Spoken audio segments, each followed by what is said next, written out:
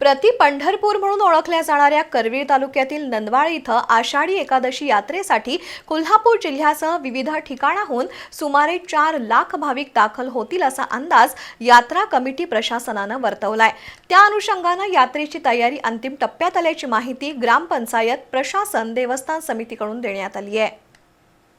करवीर तालुक्यातील प्रति पंढरपूर म्हणून ओळखल्या जाणाऱ्या नंदवाळ इथं विठ्ठलाची आषाढी वारी यात्रा येत्या 25 जुलै रोजी असून यात्रेच्या पार्श्वभूमीवर शासकीय यंत्रणा, ग्रामपंचायत, प्रशासन, देवस्थान कमिटीकडून यात्रेच्या तयारी संदर्भात गेल्या 8 दिवसांमध्ये बैठका घेण्यात आल्या होत्या।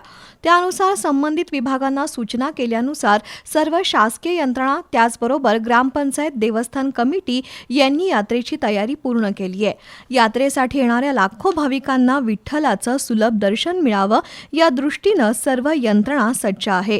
कोल्हापूर राधानगरी मार्गावरून येणाऱ्या भाविकांसाठी भोगावती खत कारखाना आणि हजारे पेट्रोल पंप या ठिकाणी पार्किंगची व्यवस्था आहे। तर जैताळ गिरगावकडून येणाऱ्या भाविकांच्या वाहनांचं पार्किंग गिरगाव फाटा, जैताळ शाळा या ठिकाणी केलंय।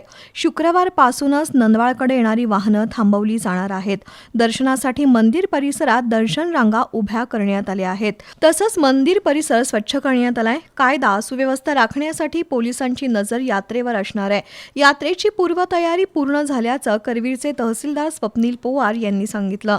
आपण बघताय की इथे आपण जो दर्शन रांग त्याची तयारी पूर्ण झालेली आहे। त्याचबरोबर सभा मंडपाचे कामकाज चालू आहे। यापूर्वी भाविकांना पावसामध्ये उभं राहून दर्शन घ्यावे लागलेले आहे। त्या अनुषंगाने यावर्षी जिल्हा परिषदकडून निधी उपलब्ध करून दिलेला आहे आणि त्या निधीमधून आपण आज सभा मंडपाचे काम चालू आहे। सदर कामकाज हे उद्यापर्यंत आपलं पूर्ण होणार आहे। त्याचबरोबर भाविकांसाठी जे पाण्याची असेल किंवा टॉयलेट ब्लॉकची व्यवस्था आहे ती सुद्धा व्यवस्था आपल्या उद्यापर्यंत पूर्ण होणार आहे। आपल्या माध्यमातून मी सर्व भाविकांना सुद्धा आवाहन करतो की आपण शक्यतोवर आपण जे मुखदर्शन आहे मुखदर्शनाचा आपण शक्यतोवर आपण दर्शन घेण्याचा आपण प्रयत्न करावा, जेणेकरून जी मागच्या वर्षी जी काही भाविकांना लाईनीमध्ये बराच वेळ थांबावं लागले तशी अडचण कुठे उद्भवणार नाहीये काय त्याला। जिल्हा परिषदेकडून दर्शन मंडपासाठी 5 लाख रुपयांचा निधी दिल्याचं जिल्हा परिषदेचे सदस्य राजेंद्र सूर्यवंशी यांनी सांगितलं।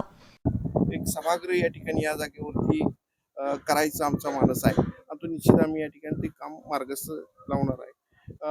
हे क्षेत्र आपल्याला पूर्ण नावारूपाला आणायच्या दृष्टीनं आमच्या हातून जे कार्य पांडुरंग घडवून आणेल ते आम्ही निश्चित या ठिकाणी करणार आहोत आणि या क्षेत्रामध्ये ज्या सुविधांचं पंढरपूरच्या धर्तीवर ज्या सुविधा द्यायच्या यासाठी आम्ही प्रतिष्ठित राहणार। ही यात्रा सुरळीत पार पाडावी यासाठी करवीर पंचायत समितीकडून यात्रा मार्गावर सौर दिवे लावण्यासाठी 5 लाख रुपयांचा निधी दिल्याचं सभापती साताप्पा पाटील यांनी सांगितलं। नंदवाळ गावामध्ये जास्तीत जास्त करून हा निधी आणण्याचं काम बहुडी केले आणि जिल्हा परिषद मार्फत हा मंडप उभा करायचं काम आम्ही सर्वांनी केलेलं आहे।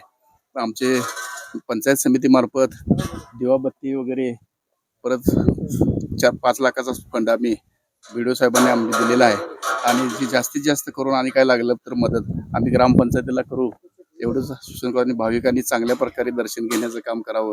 आणि या यात्रेसाठी 3 ते 4 लाख भाविक येणार असून त्या अनुषंगानं ग्रामपंचायत, प्रशासन आणि देवस्थान कमिटीनं पूर्व तयारी केली आहे।